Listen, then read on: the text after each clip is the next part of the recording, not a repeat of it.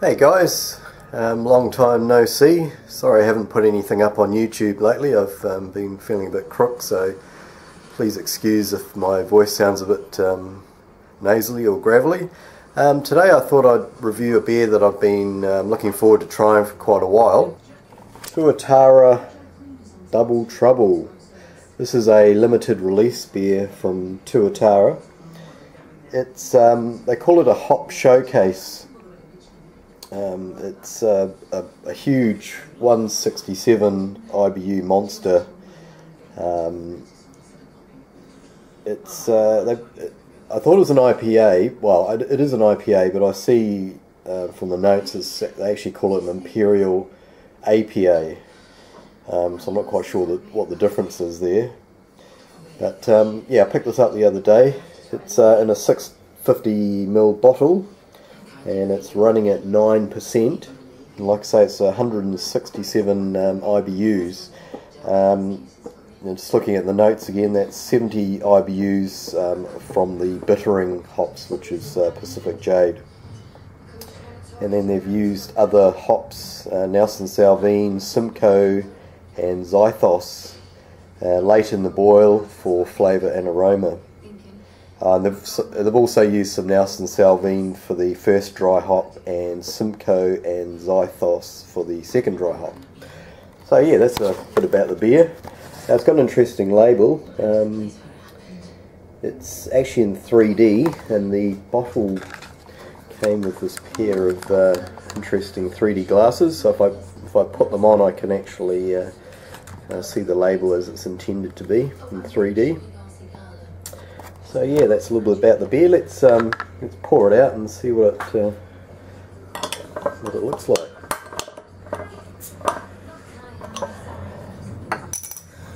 Okay.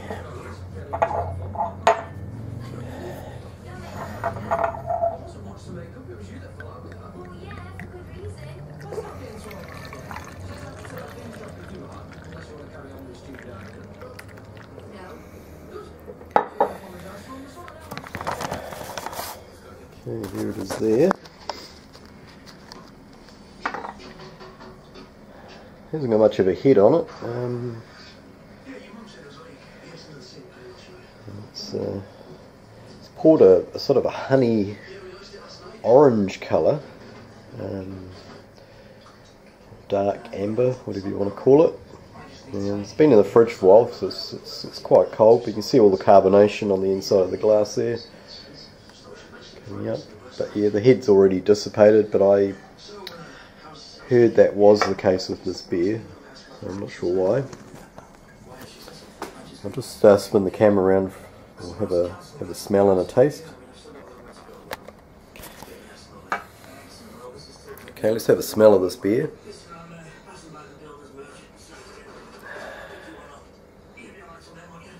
Okay, I'm picking up a lot of tons of hop. It's sort of citrus smell coming off. Also picking up, sort of reminds me a bit of marmalade, sort of orange rind, say the citrus, yeah,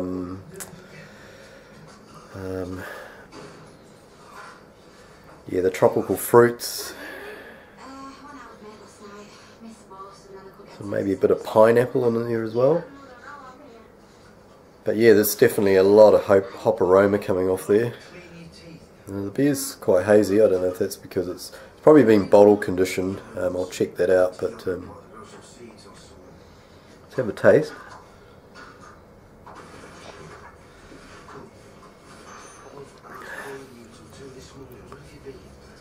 Okay, the first thing that I'm hit with, it's very bitter, but the bitterness dissipates pretty quickly. You get that real upfront bitter kick, and then it dissipates pretty quick, but it still stays on your tongue for a while.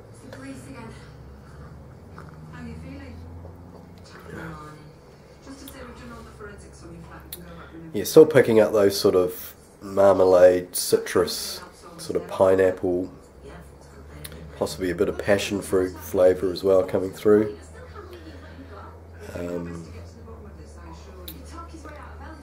It's a nice smooth beer.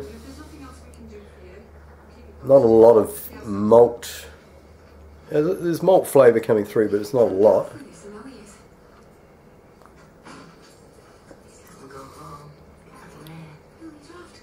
But yeah, the bitterness is very strong. If you like sort of bitter IPAs, then you'll enjoy this beer. I quite like my IPAs fairly high in bitterness, but this one is definitely getting up near the top end. But having said that, it's a very refreshing beer. Very clean. No horrible aftertastes or anything. Just the lingering effects of the bitterness.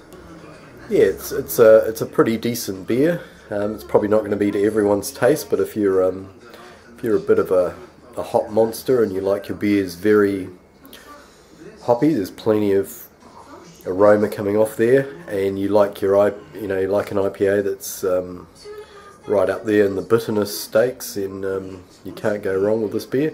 I believe on Ratebeer it got a 98, and yeah, it's been received very well.